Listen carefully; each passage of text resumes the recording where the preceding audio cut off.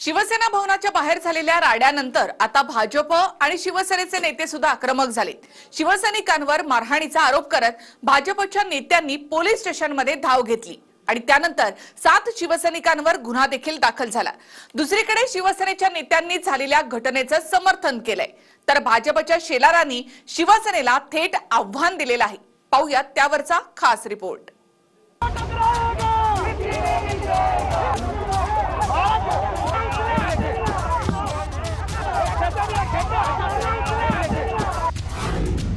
शिवसेनेनं औरंगजेबची वृत्ती दाखवली, शेलारांचा हल्लाबोल। शिवसेनेने आपली औरंगजेबी वृत्ती दाखवलेली आहे। शिवसेनेला जशास तसं उत्तर देणार, शेलारांचा खुला आव्हान। लाखों के भूत बातों से नहीं मानते, इसके आगे बातों से नहीं चलेंगे, उनको उनकी भाषा में ही जवाब देंगे।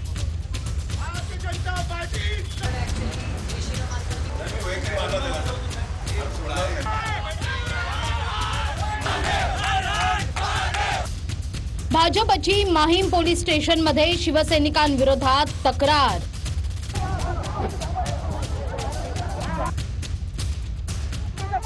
शिवसेना भवनासमोर भाजपच्या मोर्चा दरम्यान भाजप आणि शिवसैनिकांच्या कार्यकर्त्यांमध्ये राडा झाला।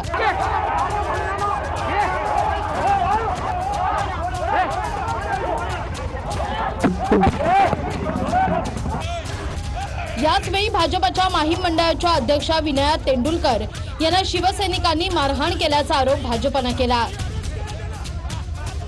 त्यानंतर भाजपचे आमदार आशिष शेलार, मंगलप्रभात लोढा आणि कालिदास कोळंबकरांनी थेट माहीम पोलीस स्टेशन गाठलं आणि मारहाण करणाऱ्या शिवसैनिकांवर गुन्हे दाखल करण्याची मागणी करत शिवसेनेला त्याच भाषेत उत्तर देणार अशा शब्दात शेलार यांनी आव्हान दिलं।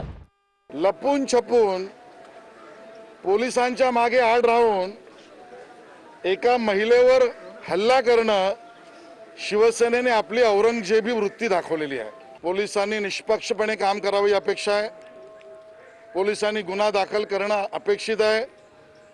आज पोलीस आम्हाला म्हणाले गुन्हा दाखल करतोय, तो गुन्हा दाखल केला नाही तर हे आंदोलन अजून वाढेल।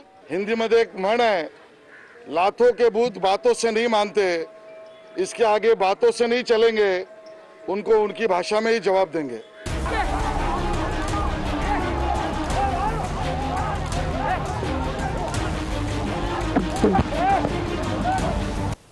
जे काय कोणी केलं असेल, मीडियामध्ये दोन्हीतर्फे एकमेकांना धक्कामुक्की दिसत आहे, तर त्याच्यावरती का व्यवस्थित पोलीस त्याचा हे घेणार, जानकारी घेणार। जानकारी घेतल्यानंतर समोर काय येते त्याच्यावरती योग्य कारवाई होणार। पण आरोप लावणे, फक्त दिशाभूल करणं हे योग्य नाही। हा कायदा व सुव्यवस्थेचं राज्य आहे, इथे कोणीही कायदा हातात गेला तर त्याला बरोबर त्याच्यावरती कारवाई। भाजप नेत्यांबरोबरच आंदोलन करणारे कार्यकर्ते आणि मारहाणीचा आरोप करणाऱ्या विनया तेंडुलकर यांनीही माहीम पोलीस स्टेशन गाठलं। श्रद्धा जाधव त्यांना लीड करत होती। एक बाई असून, एक स्त्री असून, एक स्त्रीचा आज सन्मान का तिकडे त्यांनी हे करायचे सोडून उलटा माझा प्रोटेक्ट करायचं सोडून तिच्यावर हल्ला करायला आले। त्यांना आत्ताच्या आत्ता त्यांच्यावर अटॅक करा, त्यांना अरेस्ट करा, त्यांच्यावर एकदम स्ट्रॉंग गुन्हा दाखल करा। मला आज तुम्ही प्रूव्ह करून दाखवा की हे शिवसेना अजून शिवसेना आहे, नाहीतर मी त्यांना खरं सांगू, शिवसेनेमध्ये आम्ही घुसून आत त्यांना सांगणारे आम्ही काय अरेला तुरे उत्तर आम्ही पण देऊ, भाजपवाले पण। महिलांवर बरेच अत्याचार होते, कुठेही काही त्याचं काहीच होत नाही, महिलाला न्याय मिळत नाही। पण मी एक पक्षाच्या विधानसभा अध्यक्ष असून माझ्या आज हा अवस्था आहे, तर सामान्य बाईची काय अवस्था असेल विचार करा।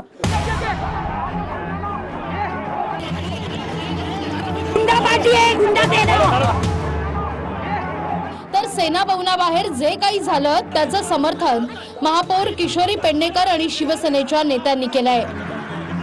शिवसेना नेहमीच सेना भवन हे आमचं श्रद्धास्थान आहे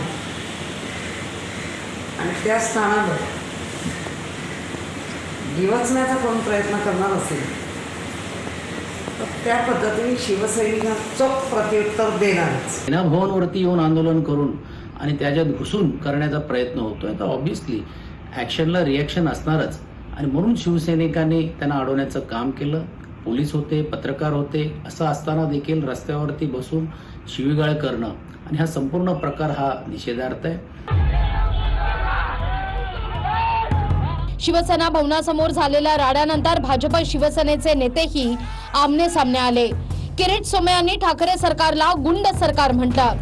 भाजपच्या तरुण कार्यकर्त्यांची मारहाण करण्यात आली आहे हे स्पष्ट करते की उद्धव ठाकरे साहेबांची सरकार म्हणजे गुंडांची सरकार आहे.